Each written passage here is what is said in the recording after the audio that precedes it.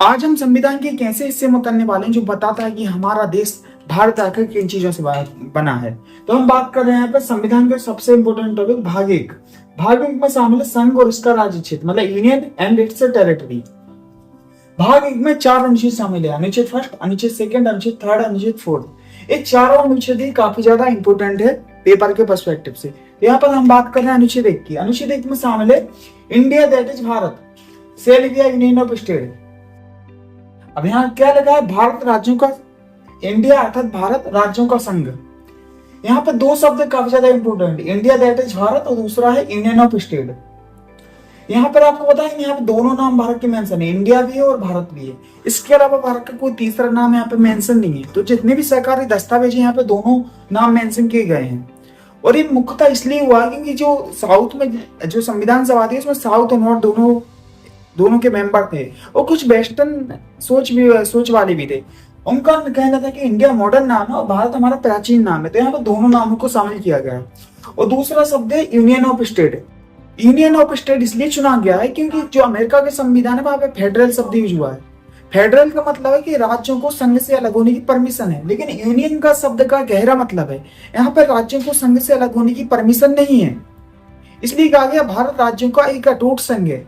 जो हमारे संविधान के जो पार्षद समिति के अध्यक्ष थे डॉक्टर भीमराव अम्बेडकर, उन्होंने भी कहा कि भारत का संघ अटूट है लेकिन राज्य अटूट नहीं है। इसका मतलब मैं आपको बताता हूँ। यहाँ पे जो मतलब है कि राज्य वो इंडिया में शामिल है। अब एक बार इसको बता देते हैं। इसका मतलब है कि भारत को कोई तोड़ नहीं सकता, पर हमारी संसद चाहे तो किसी भी राज्य की सीमा है, नाम या अस्तित्व को बदल सकती है, उसे नए राज्यों में बांट सकती है। एक कथन संघ और राज्य के बीच भारत की अनोखी शक्ति रचना को दर्शाता है। ठीक है, अब हम बात कर रहे हैं यहाँ पे अनुच्छेद 2 की।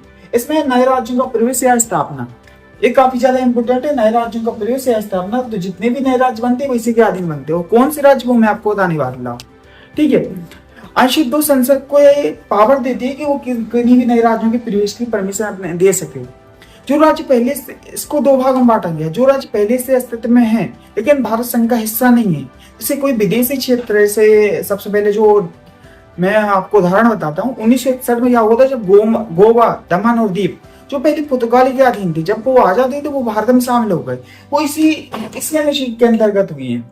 ठीक है, और दूसरा क्या है, 1975 में सिक्किम जो शामिल हुआ है वो भी जो 22वां राज्य बना था हमारा, वो भी इसी का पार्ट है। नए राज्यों का प्रवेश या स्थापना ये कोई बाहरी होती, मतलब विदेश का अधीन। अब हम बात करते हैं तीसरा अनुच्छेद, तीसरा परिवर्तन। इसमें नाम, सीमा, क्षेत्र या क्षेत्रफल में परिवर्तन। अनुच्छेद 3 पर जो बताता है कि घर के अंदर क्या क्या हो सकता है, यह संसद को असीम पावर देता है। किसी राष्ट्र का क्षेत्र घटा सकता है या बढ़ा सकता है, किसी राष्ट्र को बांट सकता है 2 या 2 से अधिक राज्यों में। ये इसी के अंदर पार्ट है। जो अभी जम्मू कश्मीर का गठन हुआ है वो भी इसी के अंतर्गत हुआ है।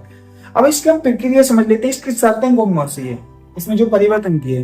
तो ऐसा कोई भी बिल लाने से पहले राष्ट्रपति को राज्य विधानसभा से राय मांगनी होगी। लेकिन यहाँ पे ट्विस्ट वाली बात ये है कि यहाँ पर राज्य परमिशन दे या ना दे।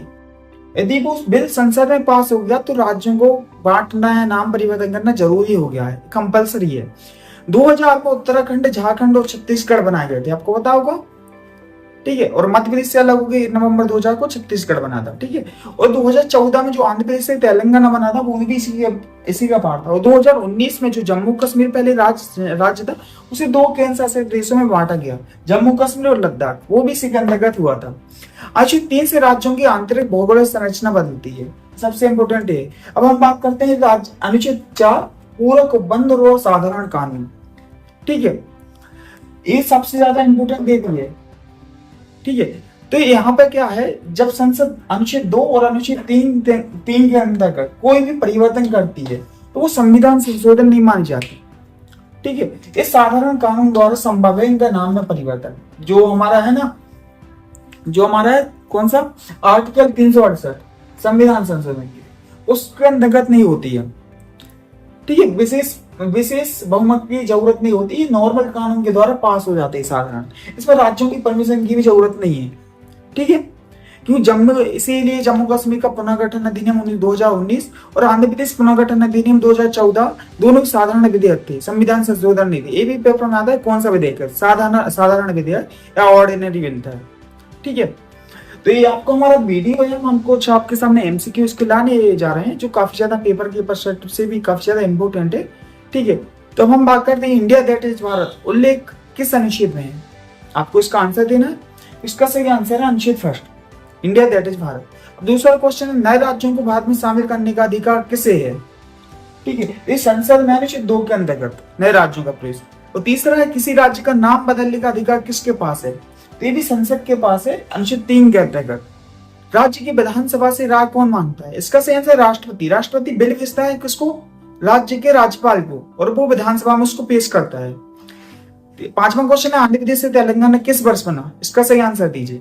इसका सही आंसर 2014। छठवां क्वेश्चन है, अनुच्छेद 2 और 3 के कानून क्या कहलाते हैं। इसका सही आंसर साधारण विधेयक। अब सातवां क्वेश्चन, यूनियन ऑफ इंडिया जो भारत का था, भारत राज्यों का एक अटूट संघ, किसका कथन है। इसका सही आंसर डॉक्टर भीमराव अम्बेडकर। ठीक है, तो यदि आपको हमारा वीडियो पसंद आया तो वीडियो को लाइक कीजिए, हमारे चैनल को सब्सक्राइब कीजिए ताकि हम इसी प्रकार की वीडियो लाते रहे। थैंक यू फॉर वॉचिंग, मिलते हैं नेक्स्ट वीडियो में।